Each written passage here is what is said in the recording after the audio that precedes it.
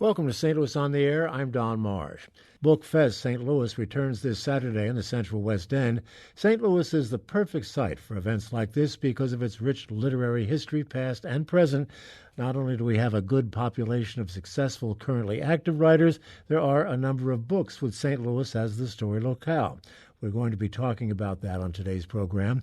With me in studio, Kathleen Finneran, senior writer in residence at Washington University and the author of The Tender Land, a Family Love Story. Kris Kleindienst is co-owner of Left Bank Books here in St. Louis. She's the driving force behind the Saturday event. And joining us by phone is Bookfest participant Michael Nye, author of All the Castles Burned. He got his writing start here in St. Louis. Ladies in studio, and Michael, welcome. Nice to have you. Thank you. Nice to be here. Thank you. Kris, let me start with you. I know you've got opening night jitters almost as the event looms on Saturday. You've really got an awful lot going on Saturday, haven't you? We do. We have 14 panels with over 40 authors participating this year. So lots of moving parts and lots of stuff for folks, for everyone, really. 14 panels, you say. What kind of panel discussions are we talking about?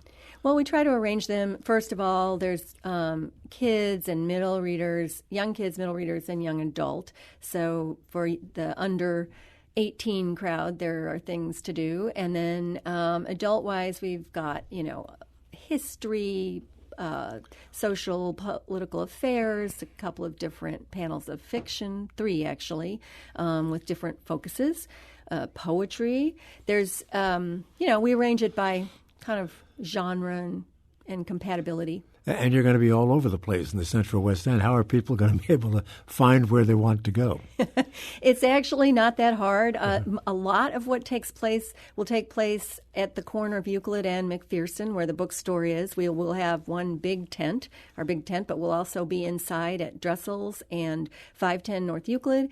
And then down the street at the Schlafly Library, we'll have all of the under 18 programming. And we have a special event with Gary Steingart, the novelist, at Bar Italia. Oh, so, okay. There's maps, there's directions, there's programs, and our website. Sure, and we'll put a link to that website on ours, and we'll have all the information, all the pertinent information on our website as well. Kathleen, you're going to be a big part of the marquee event of the weekend, but that's Yes. actually on Friday. Tell us what you're going to be doing. A lot of people are going to be interested in this. I have the pleasure and tremendous privilege of interviewing Sally Field, who has written a memoir about her life called In Pieces, which I believe debuts tomorrow. Is that correct, Kris? Comes out tomorrow. Officially. So she's coming to St. Louis on Friday to talk about that. We're going to take the stage in the Coruscant Room at the Chase Park Plaza at 7 o'clock. It's a ticketed event.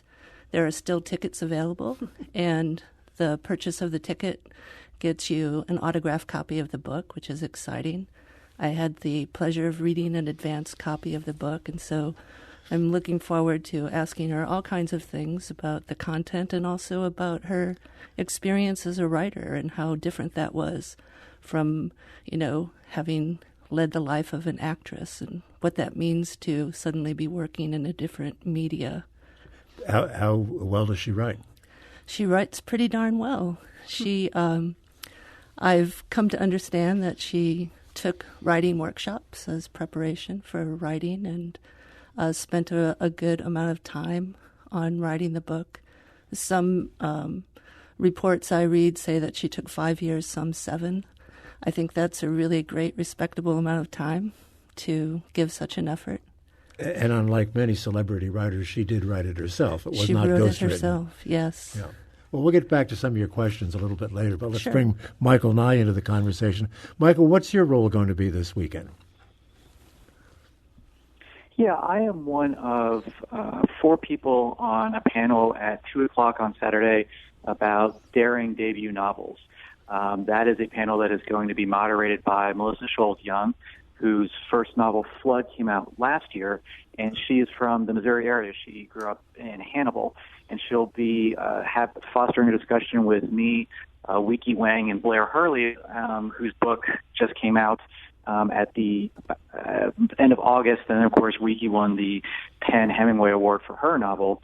So we'll be talking about the process of writing a first novel, how long it takes, how you keep going, what kind of expectations are met or not met when the book finally comes out into the world, and take some questions from the audience about any and all things they would like to know about our process. Well, we'll talk more about process as this program evolves, but you got your writing start right here in St. Louis. That's correct. I moved from Boston to St. Louis in 2003 to go to the MFA program at Missouri St. Louis, where one of my fabulous instructors was Kathleen Finneran. And I spent 3 years in that program and then an additional 3 years living in St. Louis, where I worked as the managing editor of River Styx, which is a national magazine published out of St. Louis that has a long reputation of being a real champion of arts and literature in the community. How did Kathleen help you? Mike, I'll just butt in and say one of my great failings as a teacher is that I wasn't able to turn Michael into a nonfiction writer. He kept on the fiction path and did it very well, as we can all see. Oh, that's very kind of you. Thanks. Yeah, that novelist thing is part of the delusion of being a writer. We're definitely the nuttier ones. So what Kathleen did for me was to show me how to mine my own history and past to tell a story that mattered in the present. One of the things that great memoirists do is they take a look at what's happened to them and try to build it into some kind of cohesive narrative. It's really a process of exploration, not just explaining what has happened to you in the past, explaining the events that you're writing, but trying to understand how it's brought you to who you are in the present. And so much of what I learned about how to craft a sentence, how to make a powerful image, how to trust my own process as a writer are all things that I learned from Kathleen.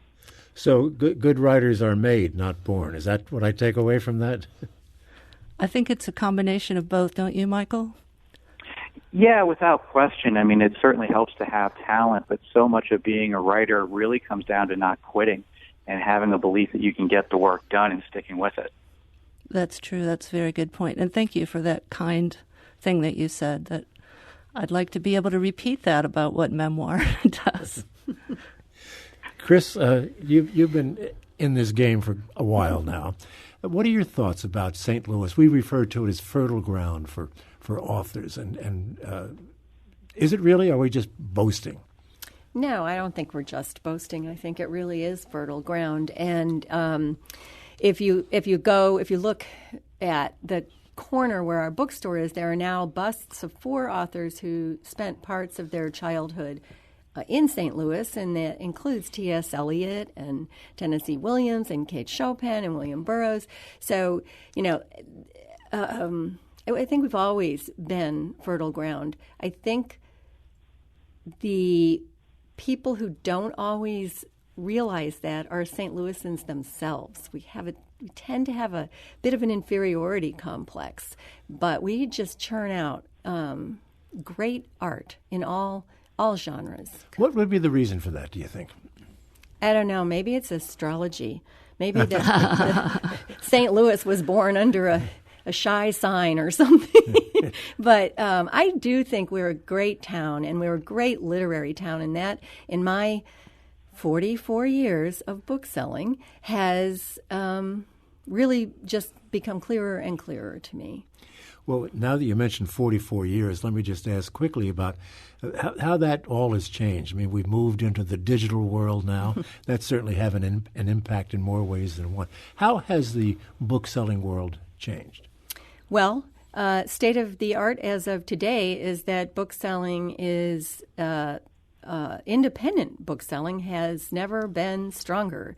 We are resuming our rightful place in the food chain of the literary world, and people are appreciating the localism, just the importance of their ability to come into a place and be together and face to face and have conversations and experience authors.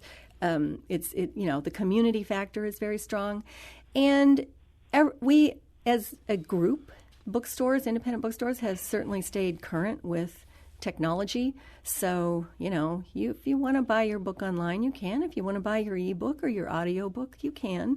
You can do all of those digital things that people do. But overall, we really, I believe, have come of age. Yeah. I guess the way the Woodward book is selling is really testimony to the fact that people are still reading and interested in books. Oh, they very much are, yeah.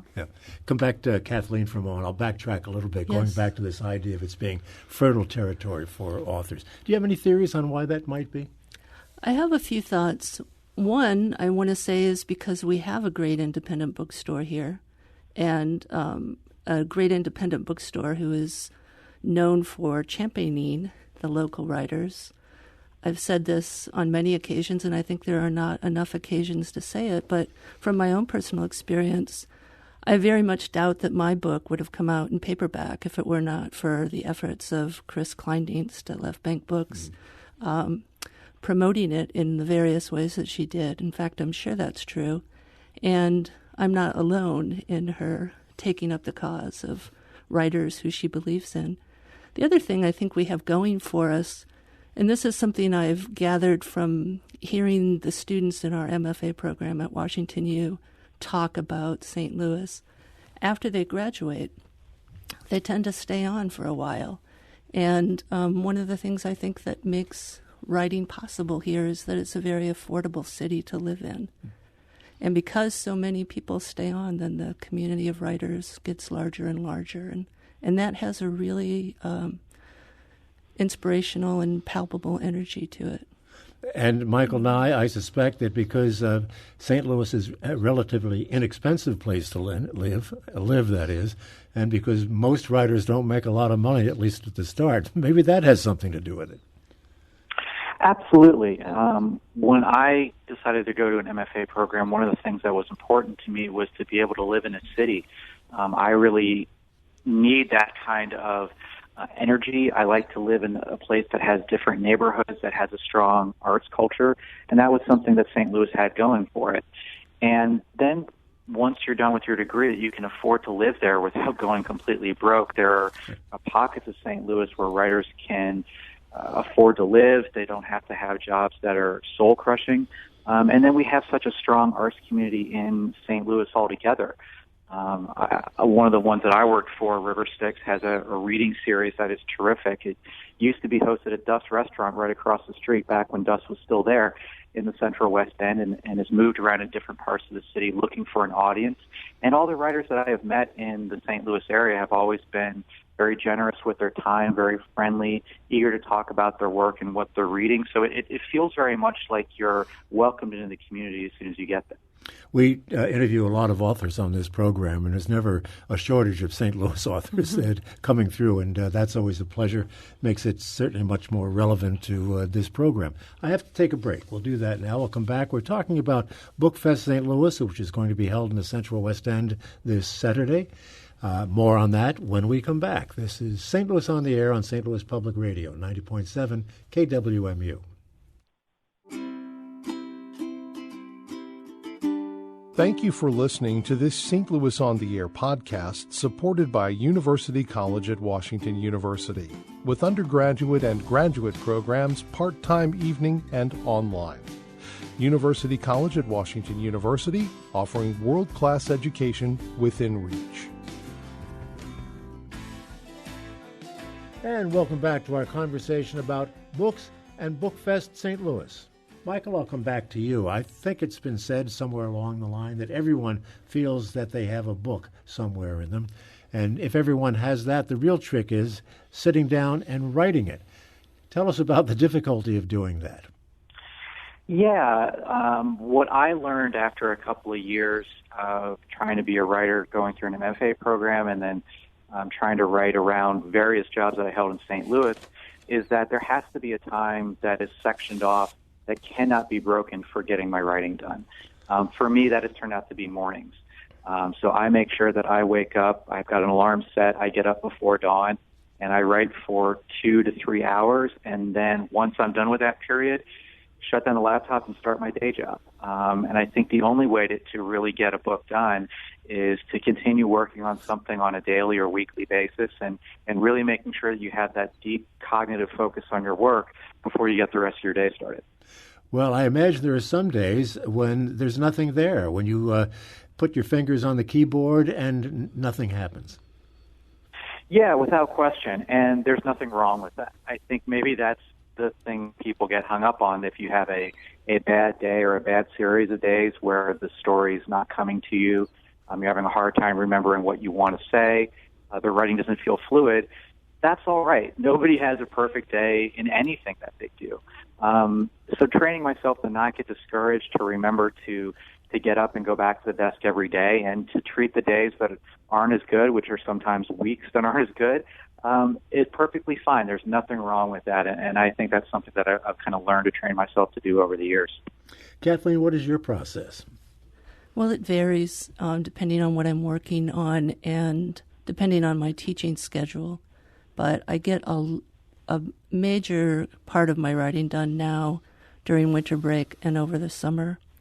And I don't write on a daily basis as I'm teaching. I reserve big parts of the weekend for writing. So a somewhat different process than Michael. I've never managed to be a morning person.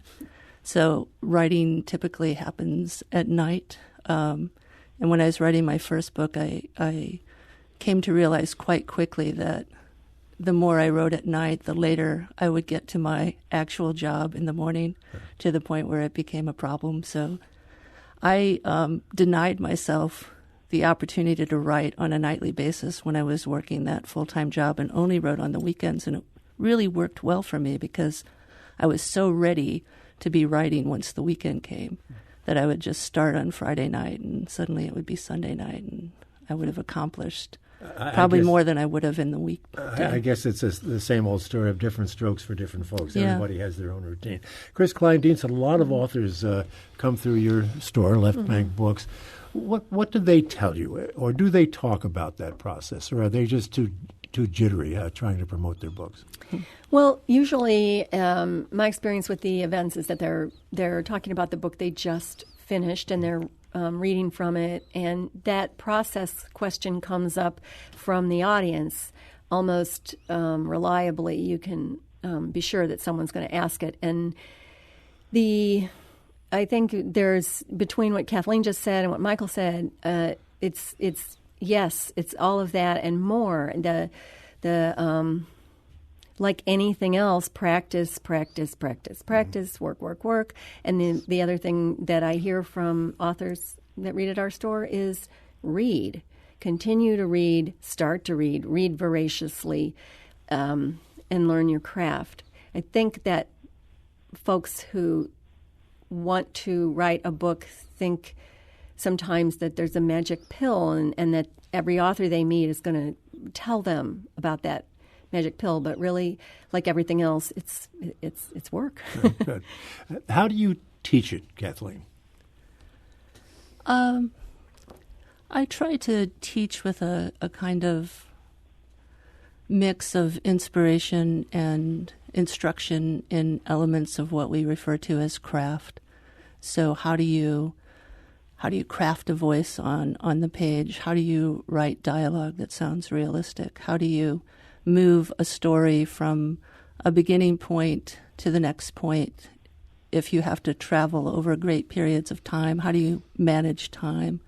So it's somewhat mechanical. There are things that you can teach that are just mechanical in nature. And then I think equally important is finding a way to inspire students to what Michael so wisely said, to just continue and not give up, which there are a lot of moments that can be discouraging along the way, and to just power through them somehow. Are today's young people good writers? Excellent writers, yes. We should be very hopeful for the future of literature based on the young people that I'm reading. Michael, I find that very encouraging, because I might have assumed, given there's so much emphasis on video today, if you will, and on screens, that it's really good to hear that young people are maintaining that commitment to the written word. Yeah, and Kris will attest what we're seeing from children's literature, YA, middle grade, that I think brings young readers into what we would think of mass market or literary fiction or nonfiction. There's a pipeline there, and I think that libraries have really been terrific in helping to build community as well, and making sure that we have a lot of people that are able to get access to a wide range of books and really thirst for that opportunity to get something that they can take home and curl up with. So, like Kathleen, I feel very positive about the future of writing. Kris, he mentions libraries, and we've done a number of programs here on the impact of libraries on community recently. It really seems to have changed. Libraries have become community centers in many cases, and that's got to be good for you. Well, yes, it is. I think libraries and bookstores have a healthy symbiotic relationship and very similar roles to play. So the healthier the libraries are, the happier we are. And I think, yes, that libraries have continued to reevaluate how to implement their role as a community center, and that has come of age too. Yeah. You see that too, Kathleen, the impact, most recent impact of libraries? Yes. I mean, personally, I frequent the library on campus in downtown probably every other day on campus, and the things I find there that I'm not looking for have often played a great part in what I'm writing. So that's been always an exciting feature of doing. I don't really do what I would refer to vigorously as research, but just writing that takes me someplace that I wasn't expecting to go in my own work. We have a caller who wants to get into the conversation, and we'll bring in Tori calling from Arnold. Tori, thanks for calling. You're on the air. Yeah, well, thanks for having me. I'm a first-time author from Arnold, Missouri, and I have a couple of readings coming up, so I thought I'd say hey. All right, well, if you very quickly want to tell us about the readings, then we'll move on. Sure. I'll be at Subterranean Books on Thursday night, 7 to 8, half-price books in University City, 1 to 3 p.m. on Saturday, and then Dunaway Books at 3 to 5 on Sunday. Okay. So. What's your book about, Tori? My book is called Micro Novels. It's pretty much 3 years of Facebook posts put together in Midwest angst. Very minimal, inspired by the beats, and I'm having a good time. And really, thanks for having me. It's very spontaneous. I went up to White Castles and heard you on the radio, and here I am now. So, God bless St. Louis. Okay. Well, good luck with the book. Don, and I'm a big fan for a long time, and have a good day. Great, same to you. Thank you very much, Michael. Let me come back to you with regard to the process and starting. It all has to start someplace and at some time. Tell me about that with regard to your first book. What happened, and was there a eureka moment where you just said, "Okay, I'm ready," and you sat down and started typing? Not really. So All the Castles Burned is a novel that is about a friendship between two boys that starts in high school and ends up taking a darker turn over the years. And one of the threads that is in that novel is mine from my own life, which deals with my father, who was sent to prison when I was 12 years old. I was home when he was arrested. My father lived a double life that my family did not know about. And that is something that I have been working to write on, for 25 years. I wrote a short essay about that in Kathleen's class. And at some point, it became material for my novel.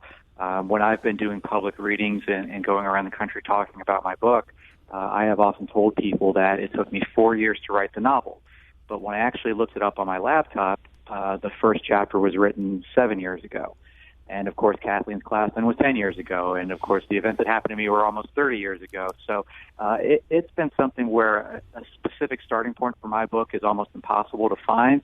There's a whole series of things where I realized that this is something that I've been thinking about and processing and writing about for a very long time. Which is harder, writing the book or marketing it? Oh, writing the book. Once the book is done, the book is done. The marketing, there are other people that can help you do that. The publisher, there's an independent publicist, there's being on a great radio show in St. Louis, there's newspapers and magazines. All of those things help you do it. Writing the book, you really do on your own. I mean, you've got friends that will read copies of your manuscript, that will give you suggestions, but in the end, it's you in front of a laptop or in front of a notebook, writing and creating and rewriting again, and no one cares more about the book itself than the writer. So definitely the writing part. Would you agree with that, Kathleen? Yes, I would agree with that. Writing the book is much harder than marketing it, and one reason is that sometimes writers, when my book came out, which had been quite a long time ago now, 18 years ago, we didn't have the kind of social media that we have today, where there is a very easily accessible marketplace for you to participate in. And so I think that marketing the book in terms of the writer's role can be quite non-stressful. But I'm sort of talking off the cuff because I haven't been involved in marketing in anything for quite a long time. But Kris Kleindienst, it can also be exhausting for the authors. I mean, you see people who are traveling around the country almost in a vagabond fashion trying to sell their wares. Well, yes, the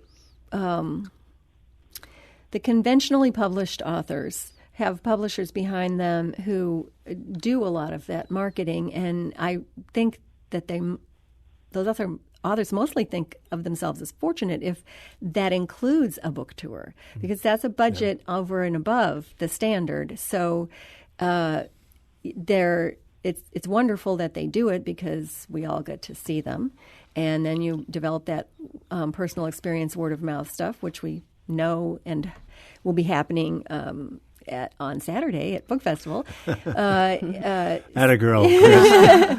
But yeah, I really recommend conventional publishing because there are professionals who do marketing and then they leave the writing to the writers. Okay.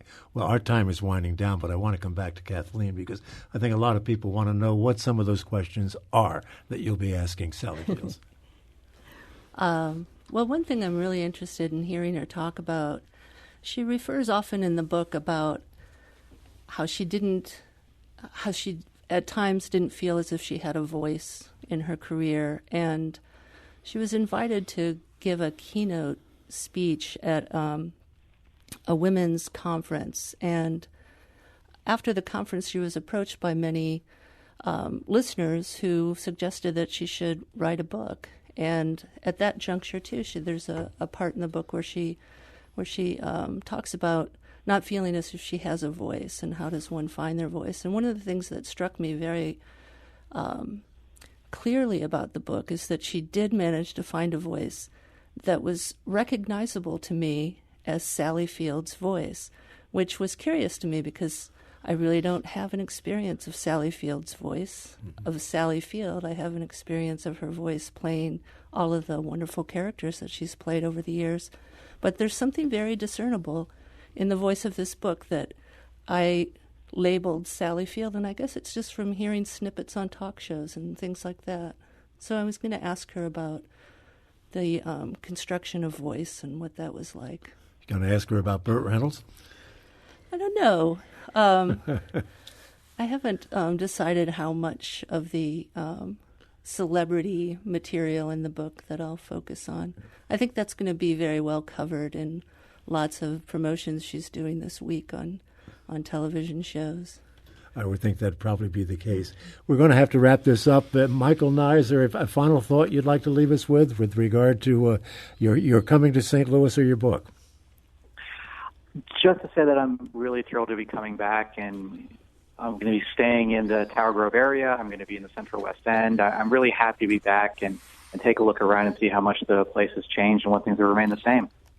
Well, St. Louis is looking forward to welcoming you back, Michael Nye. Thank you so much for being with us today. My pleasure. Thank you for having me. And Kris, I know you want to promote once again this event on the 22nd. We should point out that just about all of the events are free. I think the Sally Field thing is a ticketed. The book comes along with that. And is the other event also a fee for that? No, all of the only other ticketed event is the reading with Gary Steingart. All of the rest of Bookfest is absolutely free.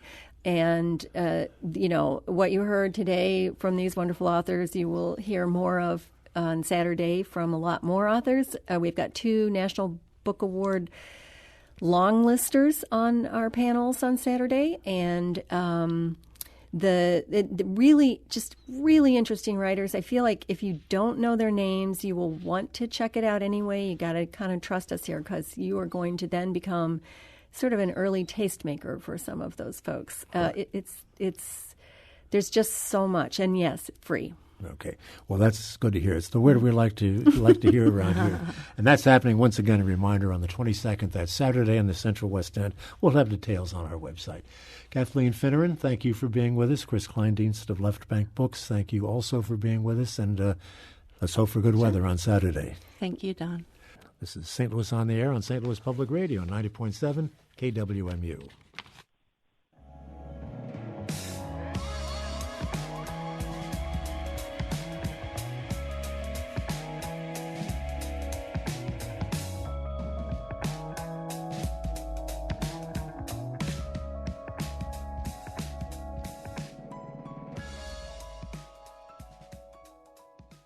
Support comes from the Missouri Forest Products Association, committed to conservation and careful management of the state's forests to make them more resilient and better habitats for wildlife. ChooseWood.com.